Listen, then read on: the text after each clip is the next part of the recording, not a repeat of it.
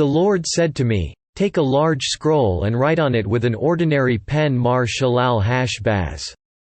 And I will call in Uriah the priest and Zechariah son of Jeberechiah as reliable witnesses for me." Then I went to the prophetess, and she conceived and gave birth to a son. And the Lord said to me, "Name him Mar Shalal Hash-Baz." Before the boy knows how to say, "My father," or, "My mother," the wealth of Damascus and the plunder of Samaria will be carried off by the king of Assyria. The Lord spoke to me again. Because this people has rejected the gently flowing waters of Shiloh and rejoices over Rezin and the son of Remaliah.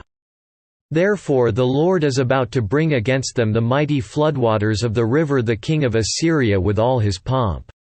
It will overflow all its channels, run over all its banks, and sweep on into Judah, swirling over it, passing through it and reaching up to the neck. Its outspread wings will cover the breadth of your land, O Emmanuel. Raise the war cry, you nations, and be shattered. Listen, all you distant lands. Prepare for battle, and be shattered. Prepare for battle, and be shattered. Devise your strategy, but it will be thwarted. Propose your plan, but it will not stand, for God is with us.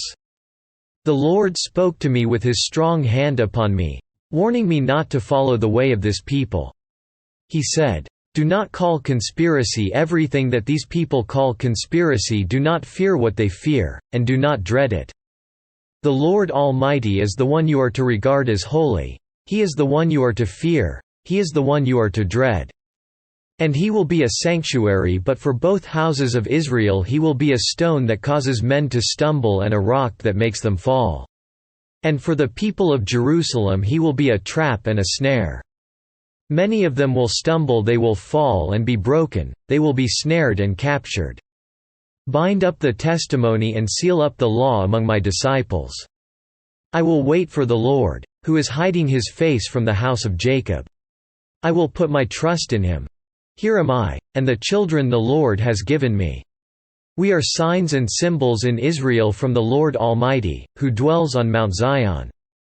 When men tell you to consult mediums and spiritists, who whisper and mutter, should not a people inquire of their God? Why consult the dead on behalf of the living?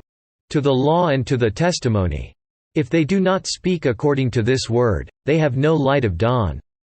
Distressed and hungry, they will roam through the land when they are famished. They will become enraged and, looking upward, will curse their king and their God. Then they will look toward the earth and see only distress and darkness and fearful gloom, and they will be thrust into utter darkness.